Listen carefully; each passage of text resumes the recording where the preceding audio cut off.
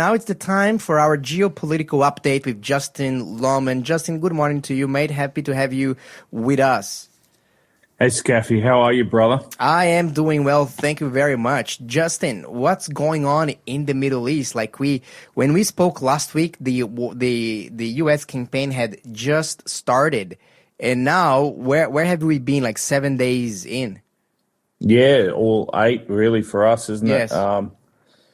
Yeah, mate. Everyone's watching the news, and let's be honest, a lot of people are getting deeply concerned. You see overnight where I think Israel bombed the oil infrastructure, the fuel depot that they claim that the Iranian military use.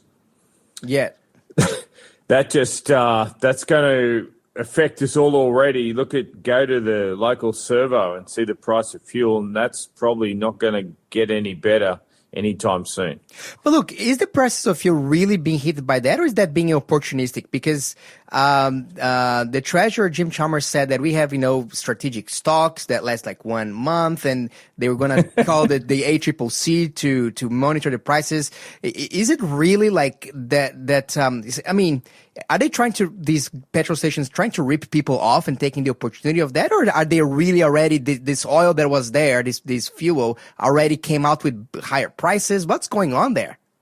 It's a shortage, and they reported just last night on the news how farmers will buy directly from, you'll have the mobile fuel truck come out and fill up your tanks on the farm. Already they're telling farmers we can no longer supply you. We have to meet they have to meet the big guys like Ampol and BP and Shell. All of their service stations, their retail places get priority. So all of a sudden now farmers are getting told, and it's purely because of the shortage, and they're already, okay, we might have enough fuel here for a month, but mate, that's really our whole society grinds to a halt without fuel. So I don't think anyone needs to panic, but these are real ramifications of having a war in the Middle East. Yeah. So if it's impacting the farmers not being able to access their fuel, is that likely to increase food prices as well down the track then, do you think? Look, these are guys that are cropping, so that they have, they've got to plant their wheat, and we're coming into the time now where a lot of guys are sowing. It will long term. There's no immediate thing. And the thing about this war, if it goes for 4 months or everything's back to normal after a couple of months, that's okay. But if this goes on for 4 years, it's a reset on a lot of stuff. And the thing is, with prices of like energy, like petrol and fuel, it actually affects the prices of everything, because everything is affected by this price, because everything needs to be transported by trucks that will have greater costs. So it definitely impacts the whole of the economy. It's not just the filling up the car tank in the petrol station, is it? It really affects everything across the board. Flights. The level of debt that we carry in Western economies has meant our currencies are really degrading, and inflation has become like our constant companion. An event like this can just put that onto steroids, what inflation can be. So it affects interest rates. It affects a lot of stuff. So, it's easy to spiral here and get really negative, but we're praying that this thing will be over soon and there won't be a loss of life to a great extent. There's already been a lot. So I just read a news here, David. Justin, sorry, Justin, about. I answered it, David. You answered to David as your red hair like King David in the Bible. That's why. So I was reading. Apparently, one of the spokespersons to Iran. They were blaming the United States for this escalation in the war by the American forces hitting these oil compounds or these petrol reservoirs, And one of the things that he says, this is unprecedented. This is damaging the environment. So all of a sudden now the Iranian regime apparently is really caring for the environment. I tell you, war is not a great thing if you're concerned about climate change. All of these missiles and explosions is constant. There's a lot of fossil fuel involved in a war. Yeah. Wow. Yeah, and the civilian population, they are the ones who ultimately pay the greatest price, because they are the ones having to breathe all these toxic fumes and who knows what else other than fuel the Iranian regime was hiding in some of these facilities. Who knows, mate? Boy. What else happened? Oh, Justin, tell me about the whole berserker mode with Iran targeting like all of the neighboring nations. Like, didn't they have enough enemies already that they were just firing to everyone, like Saudi Arabia and even Azerbaijan and every country around was receiving some shelling from them.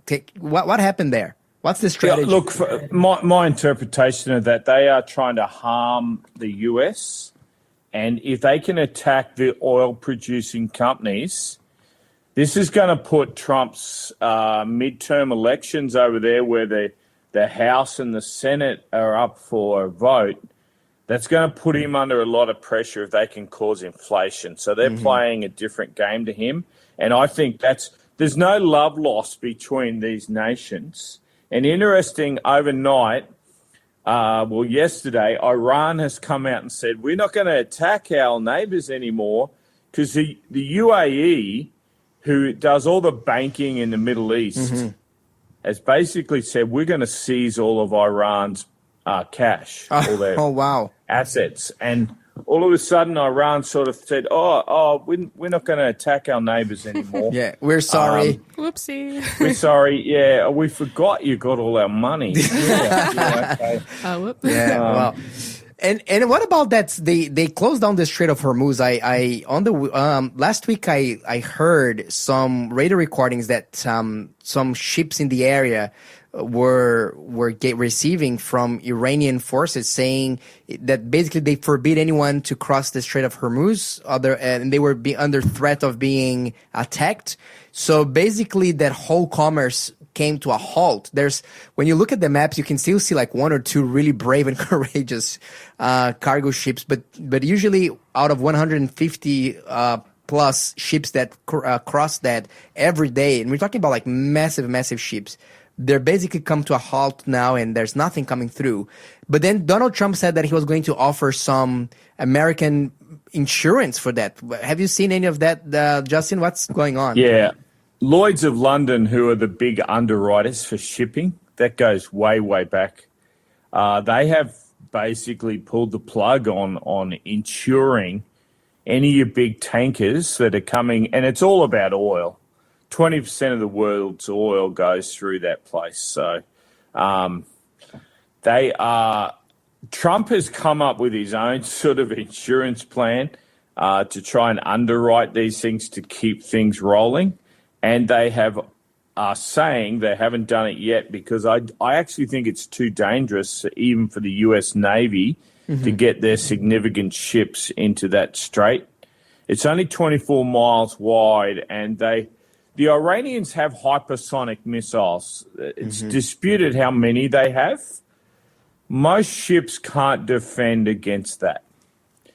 There could be some secret way these use laser weapons or something that the US has to defend against a hypersonic missile. These things are traveling so fast, your conventional defense against a missile doesn't work. So to get into that strait is a very dangerous part of the world right now, and that's having an impact on the supply of fuel for the rest of the world. Yeah, absolutely. And look, there's supersonic missiles. There are sea mines that can be very quickly and easily being deployed by small boats as well, and they take forever to be spotted and cleared. So it's a very tricky situation, and I don't think that the American Navy wants to test the water and test the Iranian militia or their forces to see, hey, can we really fight against some hypersonic missiles? That would be Very catastrophic. Because each one of these boats, each one of these destroyers, their cost is in the billions, isn't it? Oh, mate, there's a lot of money, and it's not as if the world economy finds itself in a booming place. There's sort of people are struggling along. Even in Australia here, I heard Victoria in 6 months have put 10 billion more onto their debt, onto their credit card. Of course. If you took out all of this stuff, the world can't really afford this war to go on too long. Yes. And what about the new Ayatollah? Are they choosing a new one? What is Trump going to do about that? Look, this, to me, guys, this is the most challenging part of the whole thing. The Americans can fly in there and bomb the Nelly out of everything. And they are conserving the power grid and the water system. They want the Iranian people to sort of take over. Iran has a population of 93 million. They say about 20% of that group are hardcore Islamists. And that's 19 million people. The Islamic Republican Guard Corps, the IRGC you'll hear it referred to, is really, it's not the Iranian Republican Guard, it's the Islamic Republican Guard. Their job is to defend, their leader and their Islamic Sharia faith, all the things that they stand for. How are you going to deal with, there's 200,000 in that IRGC. Wow. I'm not sure they can bomb these guys out of existence. And these are the guys that have held power, and they're not going to let that go. And here they are, they're electing another leader. I'm not sure who it is, because it's 1 minute it's the Sun and then it's someone else. That'll remain. It's probably the most unpopular job position open in the world. Please don't pick me. It's casual. The employment's casual. It's not permanent. So, but how do you get rid of that fanatical element within that country's leadership by bombing the country? This is why there's a massive dispute right now. Will America send troops in? I have said all along, there's no way they would send troops in. But how do you stop that? They can bomb it all to pieces, and then these guys just come out because they've got all the guns, they've got all the power, and they just take over the country again. So, I don't know. Yes, and sometimes these things can backfire, right? Because these actions, depending on how you do, they can become terrorist factors themselves, because there's a lot of innocent people that ended up dying. Have you heard about the case of a school in Iran that I think 150 children died? And but what happened there, and what do we know about that story? Because it's still being investigated, isn't it? Well, they're saying that 15 years ago that site was an IRGC site. This is where the Islamic Guard was. And whether there's been some confusion in the targeting, the US are claiming they're going to do an investigation and it wasn't them, But war is never neat. These things, and the truth is always the first casualty in war. Yeah. What will we know? Every side's putting out its own version of events. I think this is a very dangerous thing for Trump if he's coming up to an election in November. If this thing drags out, and that's what the Iranians will be planning to do, he's going to find himself in serious trouble politically. So there's a lot at stake for everyone involved in this thing. Absolutely. And look, and this is what was, one of the things that we've seen happening before is that when you have like a no man's land situation or a wasteland, that actually empowers some of the terrorists on the ground to recruit new people, saying, "You see, this is what your supposed allies have done. They just bombed the country, they leave, and now before you had a dictatorship, yes, but you had like water and running water and working public services, and now you lost your family, your mom." So a lot of people fall into these discourses of radicalization later on down the track. That's why it's such a quagmire that you ended up getting yourself into. And I think the Iranian population is very young. I think 80% of the population was born after 1979 when this Islamic revolution took place. I think they probably want to change. That all the protests, the government had to murder 30,000 of their own people on January 8 and 9 when they put down this rebellion. So clearly there's some discontent, like despite all the different versions of the truth, within that country, people seem to have had enough of this Islamic rule that they've been under. So let's pray for an opportunity for freedom to reign in that country, that people can worship God according to their conscience, and that the gospel can be preached there. That's what I really wish and pray will happen as a result of all this stuff. Absolutely. Praying for the gospel to be preached and praying for some stability so that people can actually organize themselves so that they can preach the gospel there. However, God will help in that situation, which is, from a human perspective, very desperate. It's what can we do? But God can do all things. And if you pray, as you mentioned, that the gospel can be known, people can worship God according to their conscience, and that the Iranian people can find at least some stability. That's what our prayer is. So for their well-being.